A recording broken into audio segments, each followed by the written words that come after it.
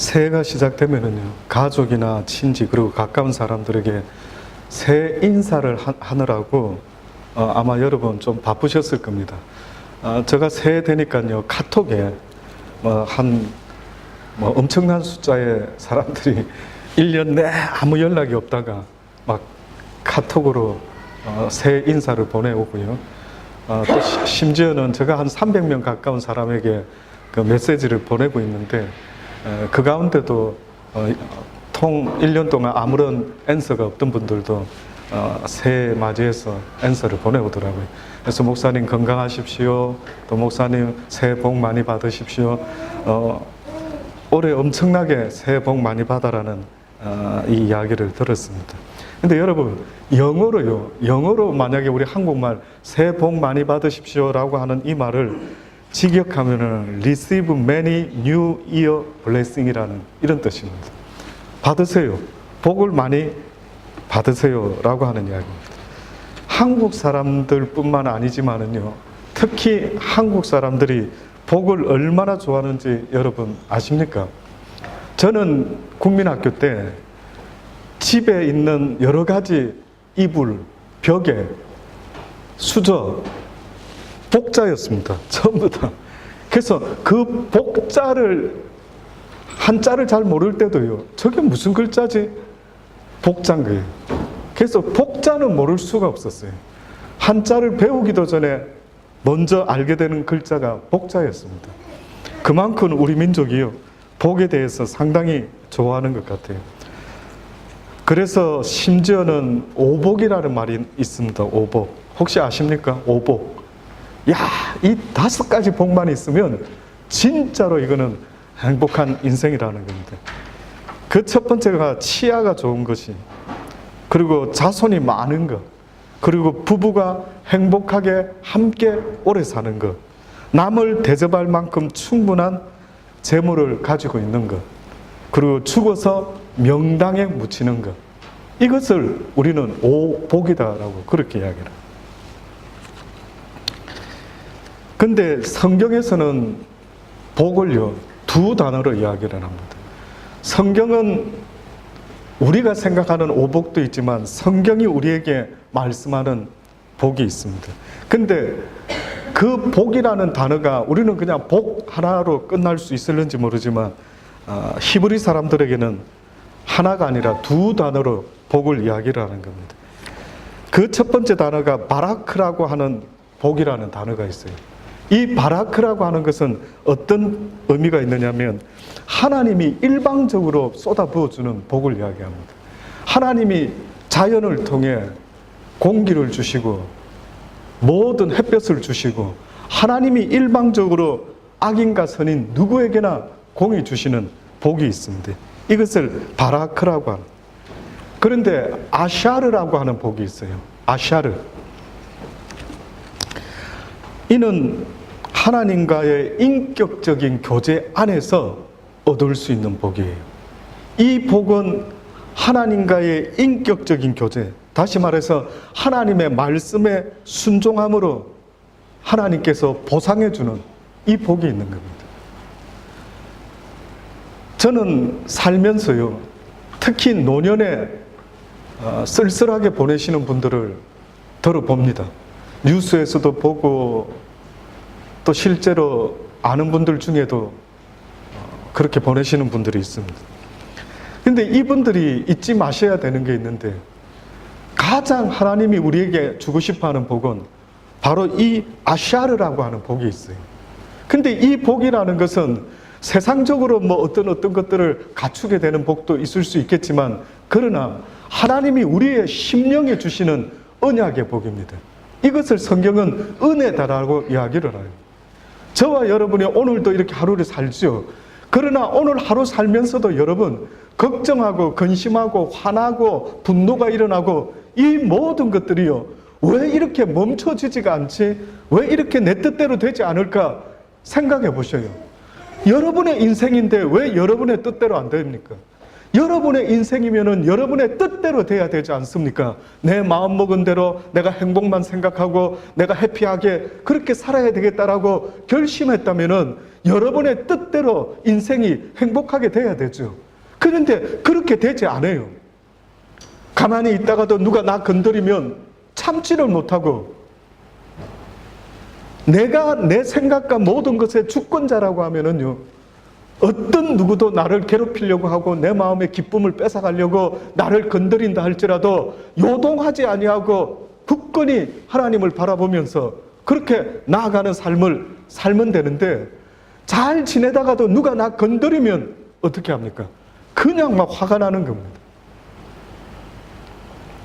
그래서 제가 언젠가는 깨달아지더라고요. 내 마음과 생각과 모든 것이 내 것인 줄 알았는데 이게 내 것이 아닌 거예요. 내 마음과 생각대로 안 되는 거예요. 인정하실 수 있기를 바랍니다. 저는 여러분이요, 내 인생은 나의 것, 그냥 내게 맡겨주세요 라는 어떤 유행가 가사처럼 그렇게 내 인생이 내 마음대로 될 수 있을 것 같지만은 그렇게 되지가 않는 겁니다. 그렇게 되었다면 왜 이렇게 살아왔을까요? 저는 오늘 아침에 이 새해 첫 예배 때에 여기 앉아서 자꾸만 어떤 생각을 가졌어요. 하나님이 이 생각을 부어주시는 것인지 모르겠지만은 자꾸만 어떤 생각이 떠오르는데, 그게 어떤 생각이었는지 아십니까? 젊은 시절에 제가 왜 건강에 대해서, 육신의 건강에 대해서 특별히 왜 좀 신경을 쓰지 못했을까? 늘 영적인 것을 목사니까 야, 내 영혼이 잘된 것 같이 범사가 잘 되겠지 해서 영혼에 대해서는 무던히 애를 썼는데 내 육신에 대해서는 그렇게 애를 많이 쓰지 못했던 것 같더라고요. 근데 왜 갑자기 오늘 신년 첫 새 예배를 드리는데요, 막 회개 기도가 나오는 거예요. 회개 기도. 하나님 죄송합니다. 하나님이 맡겨주신 이 육신인데 이 육신도 영혼도 내가 잘 관리를 해야 되는데, 하나님 그동안 수많은 시간 내가 잘 관리를 못한 것 같습니다. 왜 그랬을까요? 왜 내가 그때 좀 더 신경을 써서 몸 관리를 했어야 되는데 왜 이 지경이 되도록 이렇게 내버려 뒀을까? 갑자기 그런 생각들이 저 마음에요. 왜 그렇게 하나님 앞에 죄송한지 계속 그냥 회개 기도가 나오는 거예요. 물론 내 마음대로 내 뜻대로 할 수는 없었지만 최선을 다했어야 되는데 그러지 못한 것 같은 생각 때문에 그냥 왠지 계속해서 회개 기도를 하게 됐어요. 내 마음대로 안 되는 게, 세상에 살아보니까 모든 것 하나부터 열까지가 주체가 나인 줄 알았는데, 내 삶의 주인이 나인 줄 알았는데 전혀 그렇지 않는 거예요. 누군가에게 영향을 받는 거예요. 딱 두 종류예요. 선한 영향을 받든지 악한 영향을 받든지 둘 중에 하나의 영향을 받으며 늘 살아가고 있는 인생이다라는 나는 생각이 드는 겁니다. 그래서 2019년 올해는 다시 한번 결심을 하게 되더라고요.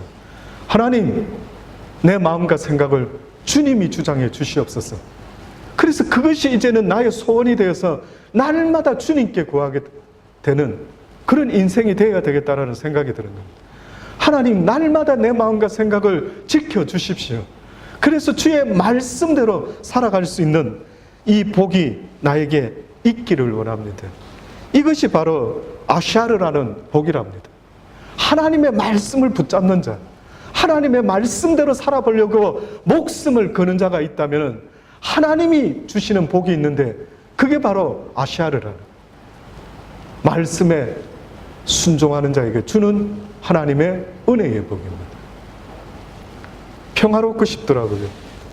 요즘은 모든 것으로부터 평화롭고 싶더라고요.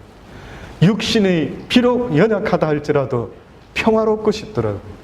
아무리 가진 것이 많지 않고 내 뜻대로 되지 않는 일이 있다 할지라도 그럼에도 불구하고 평화롭기를 원하는 그 간절함이 자꾸만 생기는 겁니다. 어떤 과학자들이요, 어떤 실습을 했더라고요. 어떤 실험을 했느냐면은 쥐를 갖다가 장독대에다가 이렇게 넣었더랬습니다. 근데 쥐를 장독대에다가 넣어보니까 한 6시간 정도 살더라는 겁니다, 쥐가. 그리고 죽어버렸어요. 그리고 독에다가 군용을 좀 뚫어가지고요, 빛을 넣어줬답니다. 그랬더니만 장독대 안에 쥐가 36시간 정도 살더랍니다. 36시간. 과학자들이 연구를 해봤어요. 왜 빛이 조금 더 없는 안에서는 쥐가 6시간밖에 못 살고 죽어버렸을까? 보니까요, 쥐가 절망을 한다라는 거예요. 쥐가 절망한다. 저와 여러분은 영물이기 때문에 그런 부분에 있어서 굉장히 예민한 부분이 있어요. 그게 뭐냐면 내 영혼이요, 절망을 하게 되면 한없이 떨어져 버려요. 멀쩡하던 사람이요, 절망을 하면 갑자기 아프기 시작하고 그 인생이 한없이 곤두박질을 치게 되는 거예요. 그러니까 우리 인간이라는 존재는 우리가 그냥 막 살아도 되는 존재가 아니라 하나님이 인간을 만들어 놓으셨을 때 우리 인간에게 주신 그 어떤 놀라운 비밀이 있더라고요. 근데 그것이 우리 인간에게 살 수 있는 힘이 될 수 있는 그것은요, 바로 소망이라고 하는 것이에요. 소망. 새해 우리가 하나님의 말씀에 소망을 거는 겁니다. 이 말씀이 빛이 나에게 비춰주지 않는다면요, 어떤 행복도, 어떤 소망도, 어떤 소원도 이룰 수가 없게 되는 겁니다.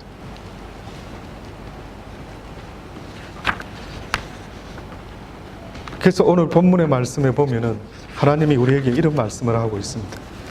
복 있는 사람은 악인의 꾀를 쫓지 아니하며 죄인의 길에 서지 아니하며 오만한 자의 자리에 앉지 아니하고 오직 여호와의 율법을 주야로 묵상하는 자도다. 오직 여호와의 말씀을 주야로 묵상하는 자, 그가 바로 가장 복된 자이다 라고 말씀합니다. 저는 시냇가에 심은 나무가 시절을 쫓아 과실을 맺음으로 그 잎사귀가 마르지 아니함 같아. 저는 시냇가에 심은 나무라고 했는데 여기 시냇가를 보니까요, 자연적으로 물이 흐르는 시냇가인 줄 알았는데 그런 시냇가가 아닌 거예요. 보니까 누군가가 인위적으로 인공적으로 만들어 놓은 시냇가를 이야기하는 겁니다. 저는 누군가가 인위적으로 어떤 농부가 만들어 놓은 시냇가에 심은 나무와 같다라고 해요. 그러니까 저와 여러분이 저절로 주체적으로 있는 존재가 아니라요, 하나님이라는 그 전능자께서 우리를 가꾸시고 돌보시고 지키시고 그 가지에 붙어 있지 아니하면 아무런 열매를 맺을 수 없는 인생과 같다라는 걸 계속해서 말씀하고 있는 겁니다.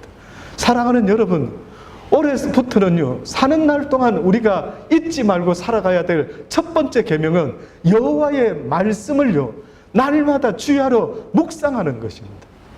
이것이 바로 내 심령의 선한 열매를, 기쁜 열매를, 희락의 열매를, 화평의 열매를 맺는 것이라고 그렇게 말씀하는 거예요.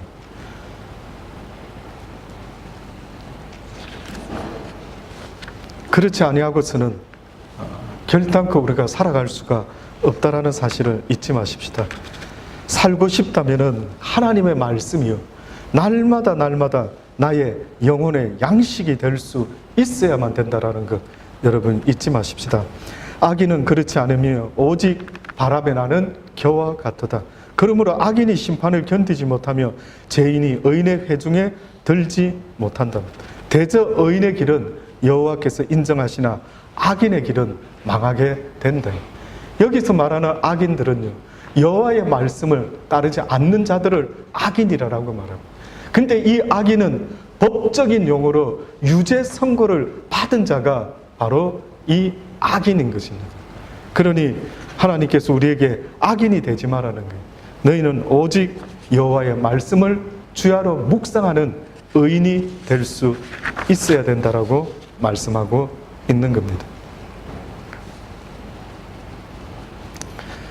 하나님은 우리에게 복 주기를 원하십니다. 창세기 12장 3절에 보니 너를 축복하는 자에게는 내가 복을 내리고 너를 저주하는 자에게 내가 저주하고 땅의 모든 족속이 너로 말미암아 복을 얻을 것이다. 뿐만 아니라 하나님이 천지를 창조하실 때 인간에게 복을 주시며 라고 이야기합니다. 사도행전 20장 35절입니다. 범사에 여러분에게 모본을 보여준 바와 같이 수고하며 약한 사람을 돕고 또 주 예수께서 친히 말씀하신 바 주는 것이 받는 것보다 복이 있도다 하심을 기억하여야 할지라. 복되기를 원합니다.